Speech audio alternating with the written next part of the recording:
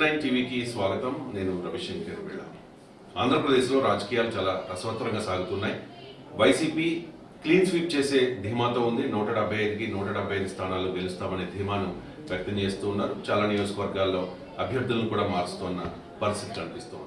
ఇక Telugu Desam party and Janasena ఈ రెండు పార్టీలు కూడా కూటమిగా ఉన్నాయి. భారతీయ జనతా పార్టీ కూటమిలో కలుస్తుందా లేదా అనే దాని మీద క్లారిటీ లేదు. సంక్రాంతి తర్వాత ఏ క్షణమైనా దీనికి సంబంధించి ఒక కీలక నిర్ణయం వచ్చే అవకాశం కనిపిస్తోంది. అలాగే సీట్ల సర్దుబాటు మీద కూడా చంద్రబాబు నాయుడు అండ్ పవన్ కళ్యాణ్ వీళ్ళిద్దరూ కూడా కూర్చుని మాట్లాడుకుని ఒక నెంబర్ బయటికి రిలీజ్ చేసే అవకాశం కనిపిస్తుంది. అలాగే ముద్రగడ పద్మనాభం కాపు ఉద్యమ నేత, ఇక్కడ ఉభయ గోదావరి జిల్లాల్లో చాలా కీలకంగా ఉన్న నాయకుడు, ఇక్కడ రాజకీయాలను ప్రభావితం చేయగల వ్యక్తి కూడా తెలుగుదేశం పార్టీలోకో లేక జనసేన పార్టీలోకి వస్తారనే ప్రచారం జరుగుతోంది. ఈ నేపథ్యంలో రాజకీయాలు చాలా రసవత్తరంగా జరుగుతున్నాయి. మనం ఇప్పుడు కొత్తపేట నియోజకవర్గంలో ఉన్నాం. తెలుగుదేశం పార్టీ రాష్ట్ర ఉపాధ్యక్షులు, మాజీ ఎమ్మెల్యే, ఇక్కడ తెలుగుదేశం పార్టీకి ఇన్ఛార్జిగా ఉన్న బండారు సత్యానందరావు గారు మనతో ఉన్నారు. సత్యానందరావు గారు నమస్కారం. నమస్కారం. ఎలా ఉంది అంటే తెలుగుదేశం పార్టీ అధికారంలోకి రావడం, చంద్రబాబు నాయుడు ముఖ్యమంత్రి కావడం చారిత్రక అవసరం అని చెప్పి చెప్తూ ఉన్నారు. పవన్ కళ్యాణ్ గారు కూడా ఇదే విషయం చెప్తూ ఉన్నారు. సో ఎందుకు తెలుగుదేశం పార్టీ అధికారంలోకి రావాలి, ఎందుకు జగన్మోహన్ రెడ్డి ఇక మీద అధికారంలోకి రాకూడదు అంటే ఏం చెప్తారు? ఈనాడు ప్రజలందరూ కూడా ఈ చారిత్రాత్మకమైన ఆవశ్యకతను గుర్తిస్తూ ఉన్నారు. ఈ రాష్ట్రంలో జగన్మోహన్ రెడ్డి పరిపాలన వచ్చిన తర్వాత జరిగినటువంటి పరిణామాలన్నీ గమనించిన తర్వాత ఈనాడు తెలుగుదేశం జనసేన కూటమి అధికారంలోకి రావాల్సిన అవసరం ఉందనే చారిత్రాత్మక అవసరం ప్రజలు గుర్తించి ఎదురు చూస్తూ ఉన్నారు. ఇవే పరిస్థితులు తెలుగుదేశం పార్టీ పెట్టినప్పుడు ఎన్టీ రామారావు గారు ఆనాడు 1982-83లో చూసాం, మరలా 94లో చూసాం, మొన్న 2014లో చూసాం, మళ్ళీ ఇప్పుడు 2024లో ప్రజలు ఎప్పుడు కష్టాల్లో ఉన్నా, రాష్ట్రం ఇబ్బందులు పాలైనా మంచి ప్రభుత్వం, మంచి పాలకులు కావాలని ఎదురు చూస్తున్నటువంటి పరిస్థితి చూసాం. ఆ చారిత్రాత్మక ఆవశ్యకత ఈనాడు అందరిలోనూ ఉంది.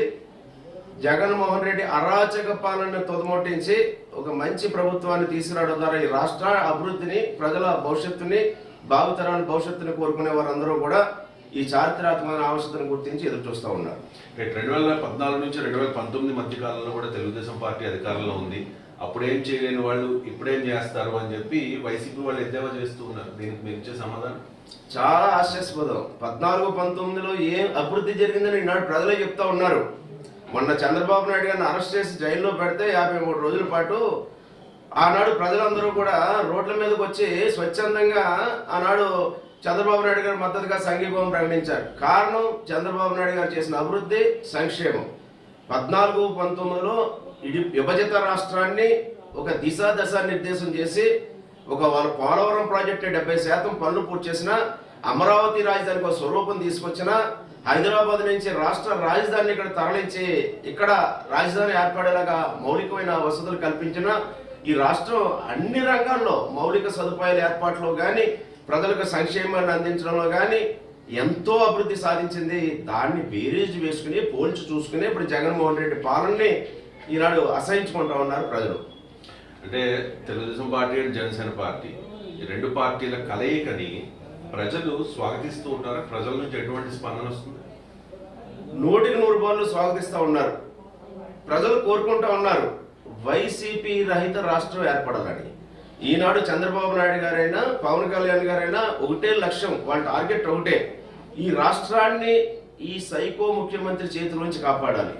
ఈ రాష్ట్రం ఇప్పటికే అన్ని రంగాలు భ్రష్టు పట్టిపోయాయి, అన్ని వ్యవస్థలు కూడా కుదేలయ్యాయి, ఎవరు చెప్పుకోలేనట్టు పరిస్థితుల్లో ఉన్నారు. దీన్ని కాపాడటం కోసం ఎవరికి అధికారం కావాలి అనేది ఆలోచన కాదు, ఈ రాష్ట్రాన్ని కాపాడటం కోసం అందరూ కలిసి నడవాలనే ఈనాడు ఉభయ పార్టీల నాయకులు అనుకోవడమే కాదు, ప్రజలు కూడా కోరుకుంటూ ఉన్నారు. ఎందుకంటే చంద్రబాబు నాయుడు గారి యొక్క అనుభవం, పవన్ కళ్యాణ్ గారి యొక్క పోరాట పడిమ ఈ రాష్ట్రానికి అవసరం.